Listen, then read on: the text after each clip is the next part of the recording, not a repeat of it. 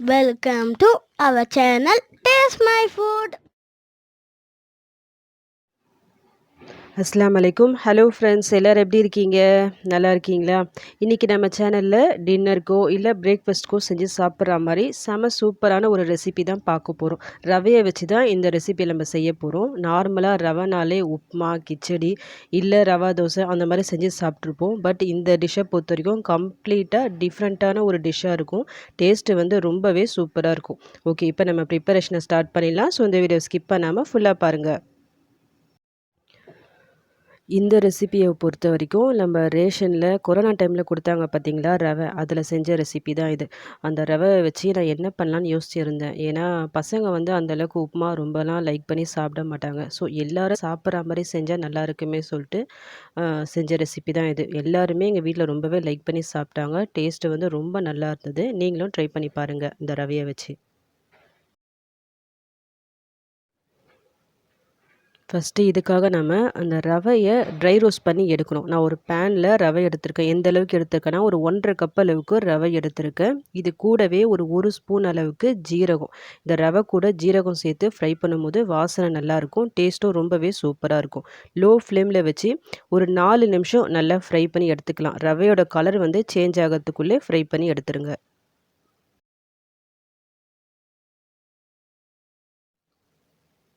இந்த அளவுக்கு ஃப்ரை ஆனால் போதும். இப்போ நம்ம ஸ்டவ் ஆஃப் பண்ணிக்கலாம். நெக்ஸ்ட்டு ஒரு பேனில் 3 கப் அளவுக்கு நான் தண்ணி எடுத்துக்கிறேன். 1½ கப்பு ரவை எடுத்தோம்ல, ஸோ டபுள் மடங்காக 3 கப் அளவுக்கு தண்ணி எடுத்துக்கலாம். நீங்கள் எந்த கப்பில் ரவை மெஷர் பண்ணீங்களோ சேம் அதே கப்பில் தண்ணியும் எடுத்துக்கோங்க டபுள் மடங்காக. நாம் போட்ட தண்ணி நல்லா இந்த மாதிரி பாயில் வர டைமில் இதுக்கு தேவையான அளவு சால்ட்டு போட்டுக்கலாம். கூடவே ஒரு ஸ்பூன் அளவுக்கு எண்ணெய், ரீஃபைண்ட் ஆயில் இருக்குது பார்த்தீங்களா, அது சேர்த்து நல்லா ஒரு மிக்ஸ் பண்ணி விட்டுக்குங்க. தண்ணி நல்லா கொதி வந்த உடனே கம்ப்ளீட்டாக லோ ஃப்ளேமில் வச்சுக்கிங்க.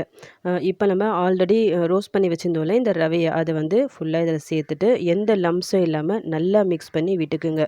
தண்ணியை பொறுத்த வரைக்கும் கரெக்டாக மெஷர் பண்ணி ஆட் பண்ணிக்கிங்க. நீங்கள் 1 கப்பு ரவை சேர்த்திங்கன்னா கரெக்டாக 2 கப் அளவுக்கு தண்ணி இருக்க மாதிரி பார்த்துக்குங்க. அதுக்கு எக்ஸ்ட்ராவோ இல்லை கம்மியாகவோ ஆகிடக்கூடாது. கரெக்டாக அந்த குவான்டிட்டி இருந்தால் தான் நம்மளுக்கு கரெக்டாக வரும் அந்த பதம்.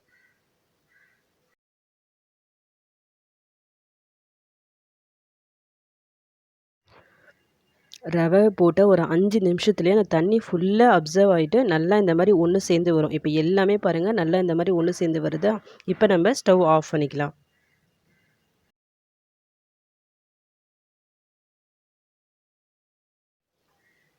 ஸ்டவ் ஆஃப் பண்ணிவிட்டு மூடி போட்டு ஒரு 10 நிமிஷம் அப்படியே வைங்க. அதுக்கப்புறமா ஓப்பன் பண்ணி பார்க்கலாம். ஒரு 10 நிமிஷம் கழித்து ஓப்பன் பண்ணிவிட்டு நல்லா கையாலேயே ஜஸ்ட் இந்த மாதிரி நல்லா மிக்ஸ் பண்ணி விட்டுக்குங்க. கொஞ்சம் லைட்டாக கை பொறுக்கிற அளவுக்கு சூடு இருக்கும். அதுலேருந்து கொஞ்சமாக மாவு எடுத்துகிட்டு சின்ன சின்ன பால்ஸாக நல்லா ரவுண்ட் பண்ணி எடுத்துக்கோங்க. இந்த ரெசிபி நான் செய்யும்போது எங்கள் வீட்டில் வந்து கரண்ட்டு போயிடுச்சு. ஸோ நான் பாதிக்கு மேலே என்ன பண்ணேன்னா மொபைல் டார்ச் லைட்டும் எமர்ஜென்சி லைட்டை வச்சு தான் நான் இந்த வீடியோவே நான் ரெக்கார்ட் பண்ணியிருக்கேன். கொஞ்சம் லைட் வந்து கம்மியாக இருந்தால் அட்ஜஸ்ட் பண்ணிக்கிங்க.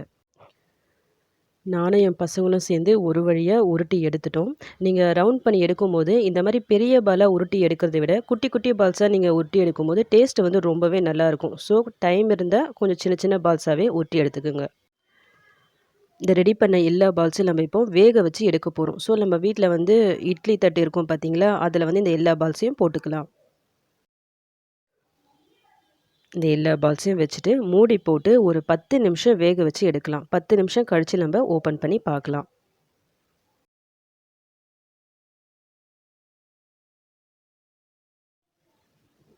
ஒரு 10 நிமிஷம் கழித்து ஓப்பன் பண்ணி பாருங்கள். ஜஸ்ட்டு கையாலேயே லைட்டாக அந்த பால்ஸை வந்து தொட்டு பாருங்கள். கையில் வந்து எதுவுமே ஒட்டாமல் வரணும். அந்த மாதிரி ஒட்டாமல் வந்தாலே இது எல்லாம் ரெடி ஆகிடுச்சின்னு அர்த்தம். ஸ்டவ் ஆஃப் பண்ணிடலாம். நெக்ஸ்ட்டு தாளிக்கிறதுக்காக ஒரு 2 பெரிய வெங்காயம் கட் பண்ணி வச்சுருக்கேன். ஒரு 4 பச்சை மிளகாய் இந்த மாதிரி நீட்டாக கீறி எடுத்து வச்சுருக்கேன். ஒரு 3 தக்காளி, மீடியம் சைஸ் தக்காளி இந்த மாதிரி நல்லா அரைச்சி எடுத்து வச்சுருக்கேன். கூடவே கொஞ்சமாக கருவேப்பிலை. ஓகே, இப்போ நம்ம மசாலா ரெடி பண்ணிடலாம். இதுக்காக நான் ஒரு பேனில் இதுக்கு தேவையான அளவு எண்ணெய் நான் சேர்த்துக்கிறேன். இந்த எண்ணெய் வந்து நல்லா சூடான உடனே இதில் வந்து ஒரு ஸ்பூன் அளவுக்கு கடுகு உளுத்தம் பருப்பை நான் சேர்க்குறேன். நாம் போட்ட கடுகு உளுத்தம் பருப்பு நல்லா இந்த மாதிரி வெடித்து வந்த உடனே நம்ம ஆல்ரெடி கட் பண்ணி வச்சுருந்தோம்ல இந்த வெங்காயம், அந்த வெங்காயம், அந்த கருவேப்பிலை ப்ளஸ் இந்த பச்சை மிளகாய் மூணுத்தையும் ஒரே டைமில் சேர்த்துட்டு நல்லா இந்த எண்ணெயிலேயே வதக்கிக்கலாம்.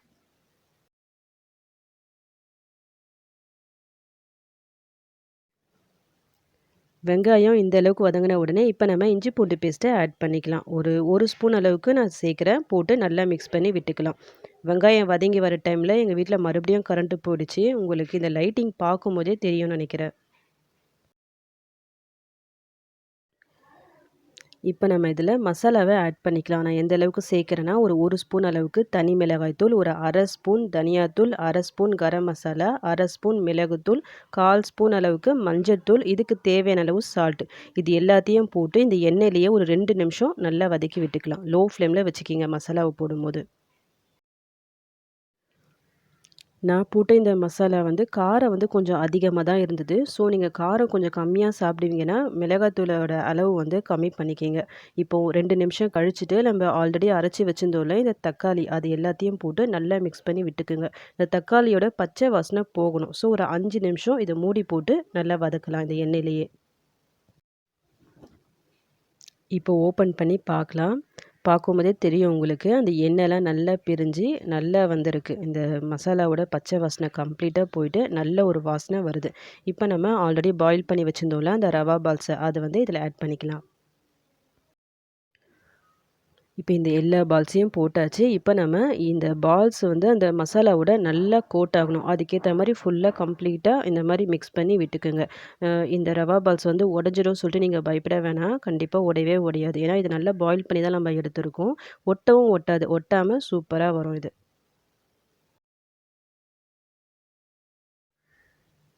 இந்த மாரி கம்ப்ளீட்டா நல்லா மிக்ஸ் பண்ணி விட்டுட்டு, இப்போ ஃபைனலா கொஞ்சமா கொத்தமல்லி இலைய கட் பண்ணி வச்சிருக்கேன். அது போட்டுட்டு, மூடி போட்டு ஒரு 5 நிமிஷம் அப்படியே இருக்கட்டும். லோ ஃப்ளேம்ல வச்சுக்கங்க. இப்போ ஓப்பன் பண்ணி பார்க்கலாம். நம்ம போட்ட அந்த ரவா பால்ஸு, அந்த மசாலா எல்லாமே பாருங்க, நல்லா ஒண்ணோட ஒண்ணு நல்லா கோட் ஆயிட்டு சூப்பரா ரெடி ஆயிடுச்சு. அவ்வளோதான். இப்ப நம்ம ஸ்டவ் ஆஃப் பண்ணிக்கலாம். ஆல்ரெடி நம்ம சேனல்ல ரவாவ வச்சு நெறைய நான் பிரேக்ஃபாஸ்ட்க்கு, டின்னருக்கு செஞ்சு சாப்பிடுற மாரி ரெசிபீஸ் நெறைய அப்லோட் பண்ணியிருக்கேன். அந்த வீடியோ பார்க்காதவங்க செக் பண்ணி பார்த்துக்குங்க. கண்டிப்பா யூஸ்ஃபுல்லா இருக்கும்.